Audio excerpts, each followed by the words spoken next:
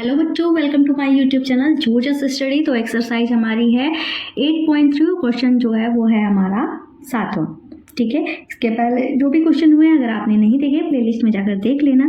Question जो है वो हमसे कह रहा है मारिया ने किसी व्यापार में 8,000 रुपए का निवेश किया। मतलब कितना निवेश कर रहा है? 8,000 का। तो ये हमारा क्या हो जाएगा? मूलधन हो जाएगा। उसे 5% वार्षिक दर से चक्रवृद्धि ब्याज का भुगतान किया जाएगा। ठीक है, 5% की वार्षिक दर। ध्यान रखना है यहाँ पे वार्षिक है कि अर्धवार्षिक है, इसका ध्यान रखना बहुत जरूरी है। यदि ब्याज वार्षिक रूप से संयोजित होता है तो फिर दो कंडीशन दी गई हैं। 2 वर्ष के अंत में उसके नाम से जमा की गई राशि, उसके नाम से जमा की गई राशि की बात की जा रही है, ब्याज की बात नहीं की जा रही है। तो समझ लो ए निकालना है या कह लो मिश्र धन निकालना है। फिर कह रहे हैं तीसरे वर्ष का ब्याज, यहाँ पे ब्याज बोल रहे हैं तो हमें ब्याज निकालना है। ठीक है, अब इन्होंने जो डेटा हमको दिया है वो हम यहाँ पे लिख लेते हैं। ठीक है, तो P जो है मूलधन जो है वो हमारा कितना है?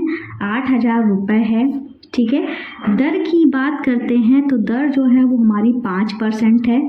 समय की बात करते हैं तो पहले समय जो है क्वेश्चन के हिसाब से डिसाइड होगा। तो पहला वाला जो पार्ट है उसके हिसाब से हमारा जो क्या बोलते हैं टी जो है वो क्या है? इन्होंने बोला है 2 वर्ष के अंत में। ठीक है, तो टी जो है वो हमारा क्या हो जाएगा? 2 वर्ष हो जाएगा। बाकी सारी चीज़ें सेम रहेंगी। तो पहले वाले इसमें कहा था राशि ज्ञात कीजिए। राशि की बात कर रहे हैं तो मतलब ए निकालना है। तो ए का फॉर्मूला हमारा क्या होता है? P × 1 + R/100 की पावर होती है T। ठीक है, तो P हमारा कितना है? 8,000 है। और यहाँ पे 1 + R हमारा कितना दिया गया है? 5 दिया गया है। अपॉन में 100 कर देंगे और पावर जो है वो हमारी T है। T मतलब 2 वर्ष हो जाएगी। अब हम क्या करेंगे? यहाँ पे इस तरीके से 8,000 लिख लेंगे। अब ये जो ब्रैकेट में इसको सॉल्व करेंगे। देखो हमने आपको क्या बताया था, जब किसी भिन्न में 1 जुड़ता है तो ये जो भिन्न है इनके अंश और हर को जोड़ लो। ठीक है, जोड़ के ऊपर लिख दो और जो हर में है वो लिखा रहने दो। तो 100 और 5 जुड़ के हमारा क्या हो गया? 105 हो गया। बटे में 100 लिख देंगे, पावर 2 लगा देंगे। अब हम यहाँ पे इसको काटेंगे नहीं, सिंपल पहले सॉल्व ही करेंगे, बाद में काटा पीटी करेंगे। ठीक है, अब हमें 105 बटे 100 की पावर 2 है, मतलब 105 बटे में 100। ठीक है, 2 बार लिखना होगा क्योंकि पावर यहाँ पे 2 दी गई थी। ठीक है, अब 3 जीरो से हम 3 जीरो जो है वो काट देंगे। 1 जीरो अभी भी हमारे पास है। अब हम क्या करेंगे? हमें क्या करना है? हमें 108 गुणे 105 गुणे में 105 करना है। ठीक है, अब हम कैसे करेंगे? और बटे में हमारा अभी भी 10 बाकी है। ठीक है, तो हमने यहाँ पे आपको कल क्वेश्चन कराया था जहाँ पे हमने 105 का क्यूब किया था। इतनी लंबी चौड़ी हमने मल्टीप्लिकेशन की थी। तो 105 की 105 से जब हमने गुणा की थी तो हमारा ये आया था 11,025 आया था। ठीक है, तो बार बार गुणा करने का कोई मतलब नहीं है। तो हम यहाँ पे 11,025 लिख लेंगे। अब इसकी गुणा हमें 8 से करनी है और बटे में 100 नहीं 10 है।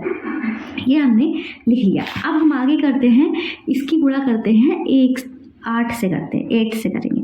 तो 8 पंचे 40, 4 हासिल, 8 दूनी 16 और 4 हो गया हमारा 20, 2 हासिल। तो 0 था तो 2 यहाँ लिख दिया। 8 एकम 8 और 8 एकम 8। बटे में हमारा 10 था, 10 लिख लिया। 1 0 से 1 0 कट गया तो हमारा क्या आ गया? 8,820 रुपये। ठीक है, इतना आ गया। ठीक है, ये हमारा क्या आया है? मिश्र धन आया है। तो ये हमारे पहले वाले पार्ट का आंसर हो गया है। ठीक है, अब हम करते हैं सेकेंड वाला पार्ट। तो सेकेंड वाले पार्ट में इन्होंने तीसरे वर्ष का ब्याज बताया है। ठीक है, तो इसमें टी जो है वो हमारा क्या हो जाएगा? 3 हो जाएगा। ठीक है, अब हम यहाँ पे ब्याज की बात कर रहे हैं, मतलब हमारा ब्याज साधारण ब्याज निकालना है। तो उसका फॉर्मूला तो सबको पता होता है, वो होता है यहाँ पे आप चाहें तो साधारण ब्याज लिख लो इस तरीके से PR/T/100। ठीक है, तो P तो हमें पता ही है कि 8,000 है, R भी पता है 5 है, T हमारा अभी हमने देखा 3 आ रहा है और बटे में 100। 2 जीरो से 2 जीरो हमने इस तरीके से काट दिए। अब हम क्या करेंगे? हम यहाँ पे 5 या 15, ठीक है, और गुणे में 80 अब बटे में हमारा कुछ भी नहीं है तो हमने बटा के दिया तो बटे में 1 लिखना ही पड़ेगा, नहीं तो हमें कटिंग करनी पड़ेगी। ठीक है, 15 8 क्या होता है 120 होता है, और ये 0 भी था तो ये हमारा कितना आ गया है, ठीक है, ये हमारा कितना आ गया है 15 8 120। तो ये जो हमने निकाला है वो 3 वर्ष तक का ब्याज है। ठीक है, पर एक क्वेश्चन में हमसे जो पूछा गया है, ठीक है, क्वेश्चन में जो हमसे पूछा गया है वो पूछा गया है तीसरे वर्ष का, मतलब जो लास्ट तीसरा वाला जो वर्ष था उसमें ब्याज पूछा गया है। ठीक है, तो उसका ब्याज कैसे निकलेगा भाई, 2 वर्ष तक जो हमारी राशि बनी थी वो कितनी बनी थी, वो बनी थी 8,820। ठीक है, 8,820 बनी थी, इसी पे ही हमारा ब्याज निकालना पड़ेगा। मतलब ये जो तरीका है यहाँ पे इस तरीके से नहीं निकलेगा। अगर आपसे पूछा जाता है 3 वर्ष तक का ब्याज तो आपको ये करना है, पर यहाँ पे ये आपको नहीं करना है। आपको करना क्या है, देखो भाई हमारी 2 वर्ष तक की जो भुगतान की जाने वाली राशि थी 8,820, और समय जो हमारा कितना था, समय हमारा अभी बता रहा है, पहले तो दर लिख लेते हैं, दर हमारा 5 है, और यहाँ पे सिर्फ तीसरे वर्ष की बात कर रही है, तीसरा वर्ष। ठीक है, 3 वर्षों की बात नहीं की जा रही, सिर्फ तीसरे वर्ष की बात करी जा रही है, जो कि हमारी संख्या में 1 ही है। ठीक है, सिर्फ तीसरे वर्ष की बात की जा रही है, इसलिए हमने यहाँ पे 1 वर्ष की लिखा है, और बटे में हमारा 100 होता है तो 100 लिख दिया, और 0 से 0 काट दिया, 5 एकम 5, 5 दूनी 10। अब हम काटेंगे 2 से इसको, 2 एकम 2, 2 चक्कू 8, 2 चक्कू 8, 2 एकम 2, तो हमारा यहाँ पे क्या आ जाएगा 441 रुपये।